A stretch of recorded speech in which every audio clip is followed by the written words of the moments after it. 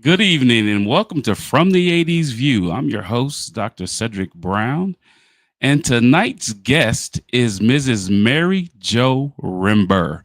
Let's welcome Mary Jo to the show. Hello. MaryJo, how are you? Or Good. as I call you, MJ. How are you doing, MJ? I'm You doing good? good. Well, Good, good. Cowboys lost, so Oh yeah. Well, so did the Giants, so we're both in kind of a stinky mood over pro sports, but the rest of life is good, right? yeah, Right. doing good. So MJ, if I said professional career transition to you, what would you say? New challenge. New challenge. That's a good one. If I said life coach to you, what would you say? Helping others level up at life. Okay. All right. And lastly, if I said healthy lifestyle, what would you say? Being myself. Okay. These topics and more on From the 80s View. Let's get it. Announcing the newest show from the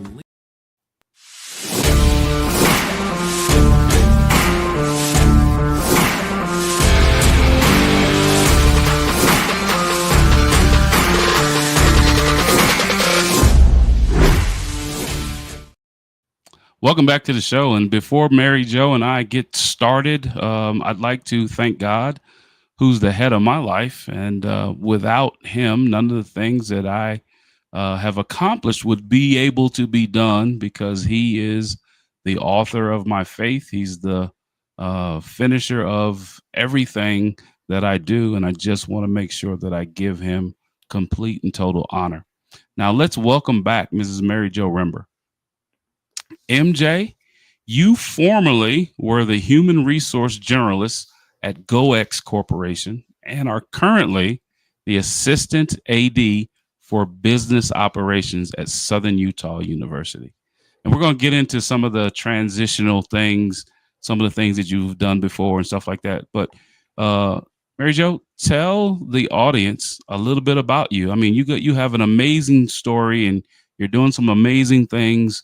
And you started an amazing business. Can you tell us a little bit about it? Yeah. A little bit about my business or a little bit about me or just all of the above. Both. We got a little time. Both. Yeah, I'm a Southern Utah girl. I love the outdoors. I have my bachelor's and master's in at SU, and I couldn't be more proud to be there at the school working for SEU, helping student athletes. And another thing that I do on the side is life coaching, and it's been a big part of my life. We all struggle in life, so one of the one of the things about life coaching is that people who life coach probably have struggled a little bit, and they learn some tools, and that's what I'm doing is stepping into that and seeing how I can help others and let them grow and getting to be a part of their lives. And Sure. So a little bit about that, MJ. I mean, there's I saw we're Facebook friends and we're LinkedIn friends. And so when you went live one time, and I think it was on your IG, but it's connected to your Facebook page. You popped up and you were talking and you were talking. I believe it was about uh, tough love or something like that to that effect.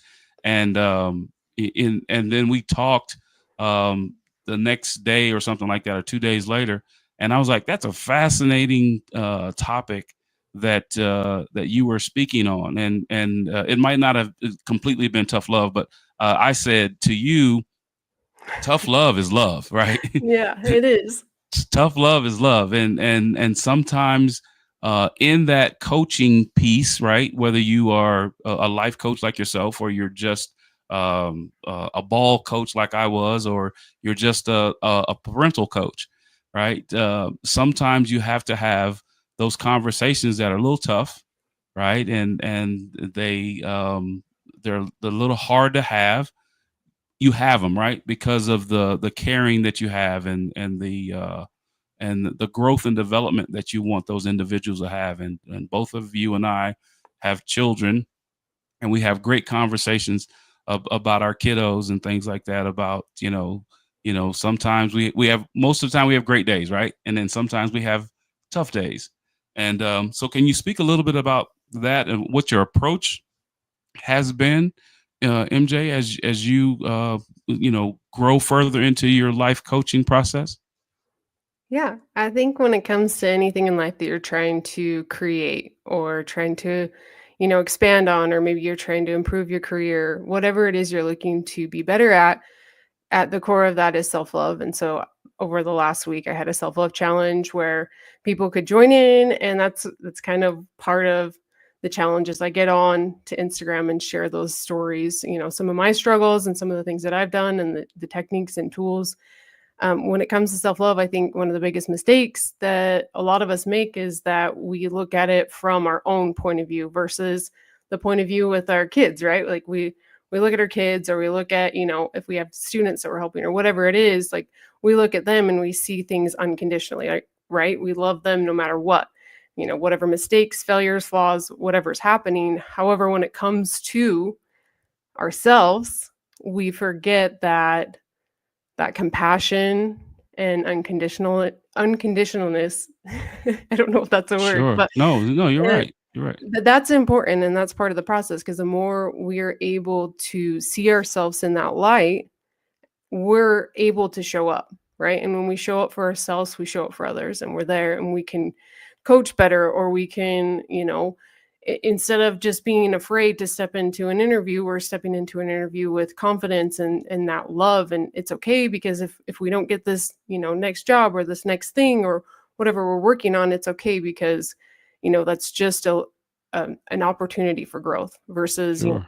as like, oh, no, I'm a failure, like, let's give up, kind of thing. Well, and that's so enlightening that you speak about that. You and I have several conversations all the time around how things are going, and with family, or we've had some, both of us have had some loss in family and things like that. And when we kind of sit down and talk, because we have our core group, right, our little posse Yeah. that we all sit down and talk about. But you're so right about that self-love, and that's the topic that you were talking about, self-love.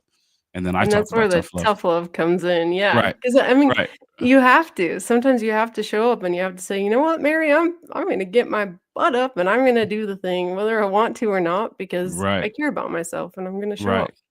And we talk about that a lot, right? We talk about, I mean, there's a group, and admittedly, I haven't participated yet in that group, but there's a group that we have at in our department, that we look at ways to make things better for our department, right? And I think we call it the healthy lifestyle, or healthy something like that. Um, Yeah, cultural something or other. healthy culture. Thank you. And so Yep. it is very advantageous for us to have things like that. And at the same time, me, I'm the one that shoots from the hip. I'm the straight shooter, and a lot of times, and I'm, even though I'm a Utah now, I'm still uh, uh, raised in New York City, in the Bronx, and so I'm New York direct a lot of the times, right? We tease me about me being a sledgehammer versus a paintbrush a lot of times. At the same time, though, what you talk about with me and with our other colleagues is, you talk about that self awareness and self care and self love for yourself, so that you can be better for others. And the one thing, MJ, that I can really say that I'm really proud of you about, is that you've come into an industry that you had no clue about No. whatsoever. I mean, you came from an H&R background, you came from a manufacturing background, and you are born and bred Utah, from Cedar City, and at the same time, the whole athletics piece was something that you were just not aware of. And at the same time, you've come in, and you are clearly one of the women leaders in this industry right now, MJ. And so that I thank you for everything that you've done and the quick turnaround that you've had, and you keep us you keep all the money straight. You make sure that all the coins are where the coins are supposed to go. And so we appreciate that. But a little bit about the transition. You came from a manufacturing background, MJ, and you came from an HR background. How does that serve you in the role that you play right now as the assistant AD of business operations? Well, I can say the first thing is just learning the lingo, right? I have 8 years of experience, 9 years experience in manufacturing lingo, right? You have all these little, what things are, and you come in and you're like, what's a PSA? Right, right, But you know, it, ultimately, my goal, more than anything, when I'm going through my background is in communication, bachelor's there, and then I really wanted to get into the business, and so started taking classes and doing my MBA courses, and I just really I enjoyed the leadership classes. I enjoyed the human resource part of that, and just getting to understand like humans as in the hmm industry, whether that be in sure, manufacturing or wherever sure. we are, like how we function as a whole and how to help people. And that's me as a core. I love helping people, and that's why human resources called to me. So anyone can be, they can learn money, but to be a people person, I think is really like that's an important piece of communicating things. And I think that's where I come in, on this journey in Right, collegiate athletics, is I get to be that person because I like helping people. I like to listen. I like to learn more about people, and not just like sit there and say, nope, we don't have money for that. Like just really right, hearing their story out and understanding their needs. And I think that's the fun part of it. And sometimes, it's you show up and you're like, crap, like that took way longer to have that budget meeting than we needed to. But you and I both know in those meetings, like you really just get to know those people and how they're trying to help their students. And I right, think that that's the fun part of it, and where I have some experience in human resources and getting to listen to people and just care for people is the part that I get to shine through in the business side of things. So even though maybe right now the money piece and learning the finances and understanding all of that aspect in my job might be a little bit of a challenge right now, and I'm getting it and I'm understanding it, but the fun part is really just getting to work with people, and what I do on a daily basis helps the students, and so that's the cool piece. Well, I can attest, MJ, you're killing it. You are doing a Thank you. fantastic job for someone who's never been affiliated with the industry at all. You come in a male dominated industry, right? As a strong female that has great thoughts and great ideas, and you look at it through a different lens than a lot of us veterans in the intercollegiate athletic industry. And so it is a welcomed addition to our staff, right? You have a great mentor in Nate Esplin, who does a really good job. He was a part of our department, and then he got moved over to the administrative side under the president and her team. And so having you though with different perspective, because you kind of look at it, and you and I tease each other in senior leadership meetings, and I can see your mind racing, and I'm like, and I tease you, I'm like, yeah, she's thinking because it's starting to smell like bacon in here, because you get that look on your face sometime, and you turn your head sometime, you look and you're like, and you make those faces, and I'm laughing at the end of the table and things like that. But so MJ, as a young woman in this business, what are some of the challenges that, and before we go to break, what are some of the challenges that you think that you are slowly overcoming as being a woman leader in this industry now? I think it's just like, being able to stand in my confidence. I think that a lot of times when it comes to, like just being a woman in general, we're not taught to be confident. It's like be quiet, fold your arms, don't say what you have to say, you know. And so when you come into when you come into your career path, you're like, oh shoot, what do I do? I don't know how to, express these things or tell people what Right. I need to tell. And so just learning how to be confident and just, you find somebody, you find that mentor, you find somebody who is doing that currently, and not mimicking them, but just learning from them and understanding like what it took for them to, maybe overcome some of their challenges. And I think that's one of the bigger challenges for me, is just learning how to step into that, because I was never taught to be that person. So Well, you're doing a great job. You're doing a great job, MJ. And so stay with me, MJ, because I have to pay a few bills, right? So we're going to go to a break. But before we do, I just want to really thank the interns of the Leon Thomas Group of the work that they do, right? So Miss Laura, she was an intern with us over the summer, I think a summer ago. She put together the graphics for the show. And then we have several other interns that do that. So all of the, most of the graphics and banners and things like that you do, and what you're going to see in commercial break, that is done with the help of our intern at the Leon Thomas Group. But you are watching From the 80s View. I'm your host, Dr. Cedric Brown. We'll be right back after this break. Announcing the newest show from the Leon Thomas Group, Cooking with Kids in the Kitchen. Each week, we're going to have kids on the show in their home kitchen, showing us their culinary expertise right here on Cooking with Kids in the Kitchen. If you know of a kid that would be great to have on Cooking with Kids in the Kitchen, contact Leon Thomas with the Leon Thomas Group. His email address is leon@theleonthomasgroup.com. That's leon@theleonthomasgroup.com. Cooking with Kids in the Kitchen.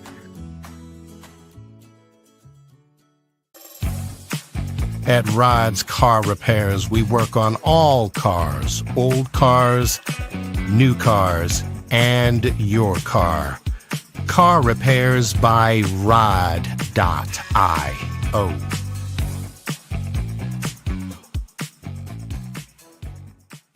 Baked by Brianna has been your Baltimore hometown bakery since 1969. Located in Roxton Plaza, Baked by Brianna. Visit bakedbybrianna.io. Well, hi, everybody. This is your announcer, Biff Bergman, speaking for Farmer John. Farmer John Luncheon Sausage and Farmer John Luncheon Meat. Either way, Farmer John is easternmost in flavor and westernmost in taste. You can purchase all Farmer John products at your tri-state area, Mike's Meat Market. Go to mikesmeatmarket.com. Mike's Meat Market and Farmer John. What a double play combination. Hi, it's Robin from LTG Radio, reminding you that the holiday shopping season is just a few months away. But you don't have to wait until December to start your shopping. You can do it now by going to Why Wait? Shop Now. .biz. That's Why Wait? Shop Now. .biz. There's no need to wait. Go to Why Wait? Shop Now. .biz. Start now on that Christmas shopping list. And now, back to more LTG Radio.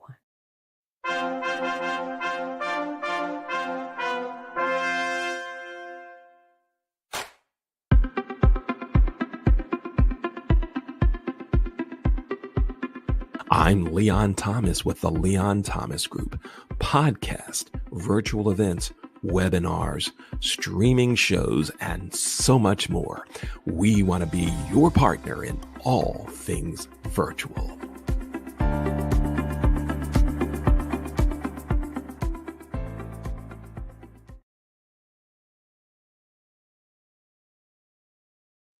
Welcome back. You're watching From the 80s View. I'm your host, Dr. Cedric Brown. And before we bring back our guest, want to talk to you a little bit about my book, an opportunity for me to share my journey from being a student, being a student athlete, going from there to being a coach, and then moving into athletic administration, and with the clear goal of wanting to be a power four AD at the highest level in intercollegiate athletics. And what I gleaned from the research that was done was that there were three definite themes that came out of the book. One being the benefits of having role models, and so glad that I have the role models that I have in this business. Past, present, and ones that I'm seeking out in my network. Role model expectations that they give you thoughts and give you ideas and ask you to go out and execute those things, and then you come back and tell whether you were successful or if there were some challenges and you had some things to work on. And then last but not least, any of the perceived or real racial barriers that you overcome, and not in a negative way, right? The book is about positivity and how the successes have happened because of those first two tenets, role models and role model expectations. So very glad about that. If you'd like to purchase the book, you can get the book at Amazon.com. And again, the title is How Black Men Overcome Racial Barriers and the Status Quo in NCAA Institutions. It's a narrative inquiry. It's a great read. So please go out and grab the book. If you want to see more episodes of From the 80s View, please go on my YouTube channel, which is Dr. Cedric M. Brown. My call sign is at From the 80s View. If you'd like to see those episodes, you can go there and get those. You can also see or hear my show on the Leon Thomas Radio Network at the leonthomasgroup.com. And then if you click on the listen button or the live link button, you can hear episodes of From the 80s View. We are live on Sunday evenings at 7:05 Central, 8:05 Eastern Standard Time. And, if you'd like to get in contact with me, my email is on the link below in our banner at From the 80s View at gmail.com. Please reach out to me. I'd love to have you on the show because your thoughts and views are just as important as anyone else's, and I'd love to have you on the show. But now let's bring back Miss MaryJo Rember, aka MJ. MJ, we were talking a little bit about the transition of professional careers, and now let's kind of switch to the life coach piece, and I want to get your thoughts on that. But I had a really interesting encounter on Wednesday. I had the opportunity to speak at one of my colleagues' classes, right? Dr. Hayden Coombs, who's been a guest on our show.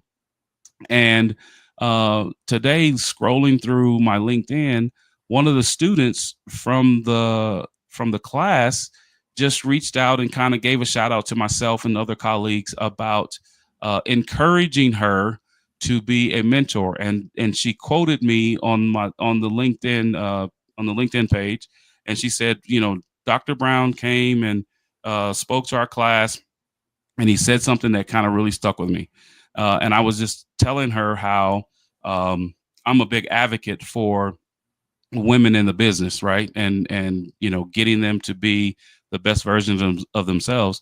And I said to the class, women are more than baby makers, right? They are individuals that are smart, that are intelligent, that have great thoughts and great ideas, and they deserve a seat at the table, right? And then they asked a question later on. So how can we go about doing that as a woman? And I said, well, can I be really blunt with you all? And they go, yeah. I said, kick the damn door down. right? Don't knock on it. Don't knock and say, "Can I have an opportunity, please?" No, kick the door down, right?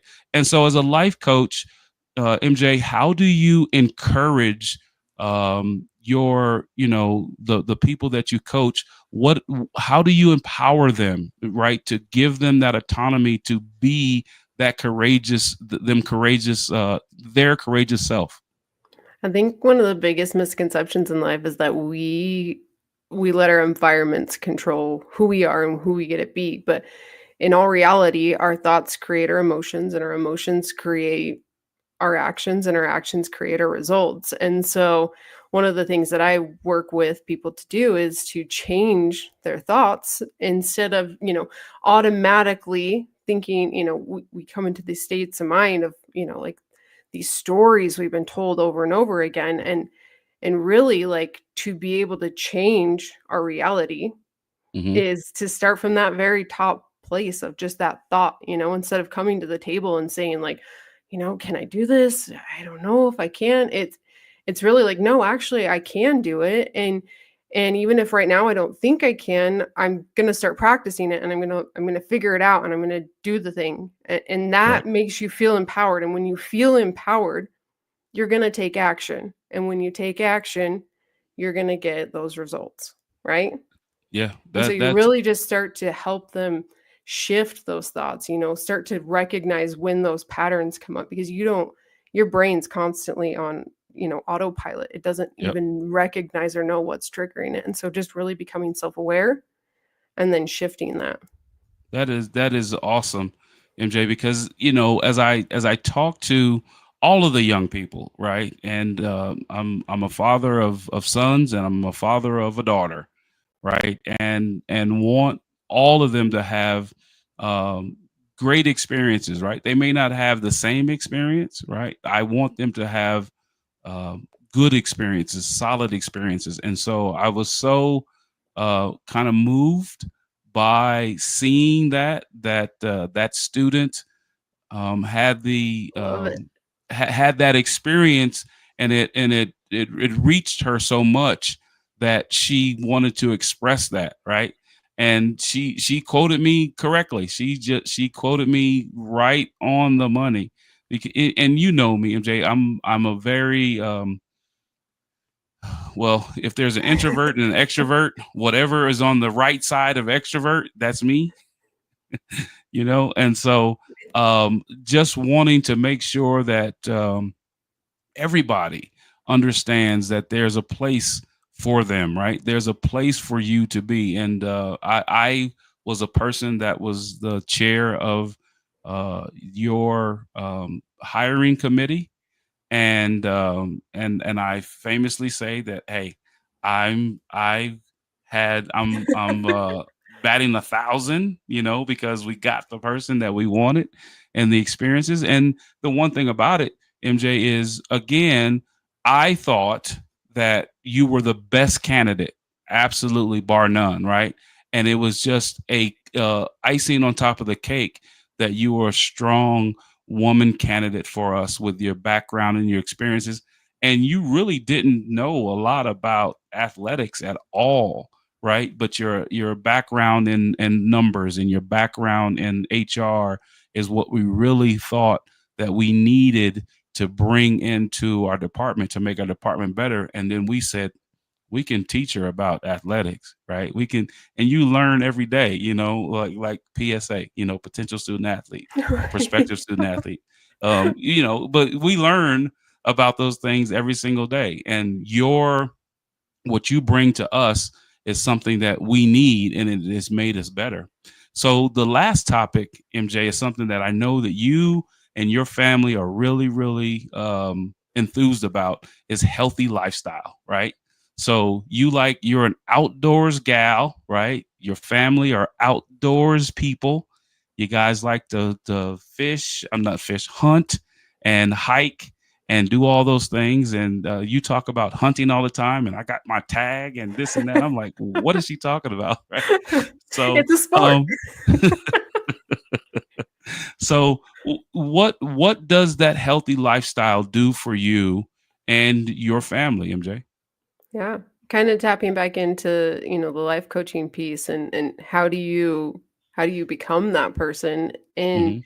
and truly, like, you have to build resilience, right? You become self-aware, but to actually change those thoughts, you need to become resilient, because it's easy just to fall back into old patterns.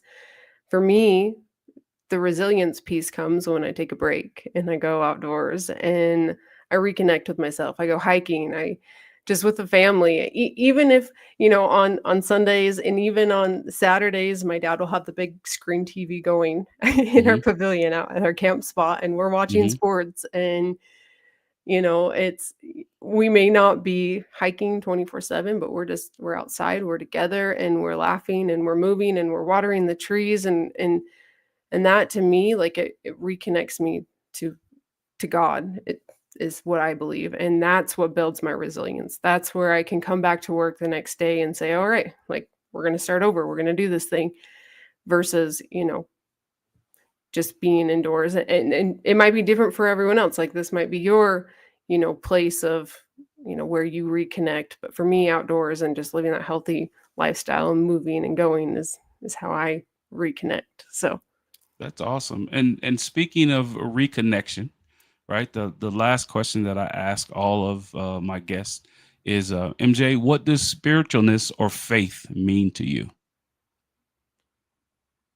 being a part of something bigger than myself.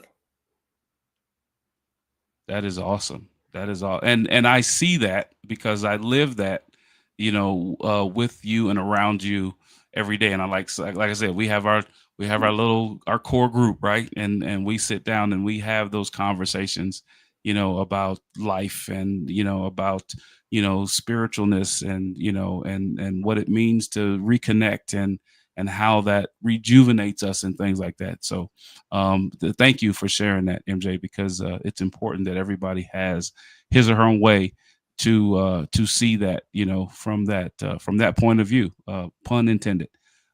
So Mary Jo, thank you so much Thank you for for having me. being a part of the show, and thank you for your thoughts and your views. It was fantastic. Thank you so much. Thank you. Thanks for Oh, having and me. before I go, MJ, I'm sorry. If someone wants to get in contact with you, Yeah. how can they do that? I apologize. How can they do that? Yeah, a great way to get in contact with me, is either, Instagram, TikTok, and it's at Mindset with Mary, spelled out with WITH. And I mean, I have a podcast. You can always go listen to that. It's the Mindset with Mary podcast. All of the fun coaching tools that I use with my clients, they're there right in the podcast. So you can go learn them yourself and use them and take them and keep them and share them. So That's awesome. And that is at Mindset with Mary, not to be confused with Something About Mary, the movie, back in the it's a day, good right? movie. It's a good movie, right? But yeah. It was funny. Yeah, right. Right. But MJ, thank you so much for being with me this evening. I really appreciate it. Thank you. Yeah. Thank you. Thank you, Dr. Brown. And I'd like to thank MaryJo Rember for being with me today on the show. And, if you have a thought about having um, learn life coaching skills, please reach out to her, at Mindset with Mary. Uh, MJ MaryJo Rember is a fantastic individual. She really cares about the mental, physical, emotional, spiritual health of an individual. So please reach out to her, and you'll find that you'll have a great resource and a great ally. As I close the show, the one thing that I want to talk about and not get too heavy into, we had a national election over the past week, and the nation came to a decision and decided on the reelection of our president-elect, Mr. Donald Trump. One thing that I want to say is that we have to be a nation that comes together, right? We may have differences of opinion about political opinions or religious opinions, the one thing that we can agree upon is we all are human beings, and we all are in this country. So that makes us all Americans, or individuals, our brothers and sisters that have come to the country and they've been naturally, they've been born. Well, they've migrated into our country, and now they are, either Asian Americans or Hispanic Americans, and so forth and so on. But we all are human beings, and so we have to find a way to come together and be a nation that is one. And I know that it's a struggle sometimes. I know that we have biases in this country and things like that. And, we have the First Amendment, and we all have, the right to our opinions and things like that. But one thing I always say is you have the right to your opinion. You do not have the right to your own truth. And as we move along into this next 4 years, I'm asking that everybody just, show some grace. Let that be your word of the day, every single day. Grace, right? To find a way to allow others that are around you to have their thoughts and their opinions, but still come together. And so, as I say that, I ask that we pray for our president-elect, that we pray for our country, that we pray for one another, that we will come together and we will be a better nation than we were yesterday, than we will be tomorrow. So with that, I say thank you for tuning in to From the AD's View. I'm your host, Dr. Cedric Brown. Good night and God bless.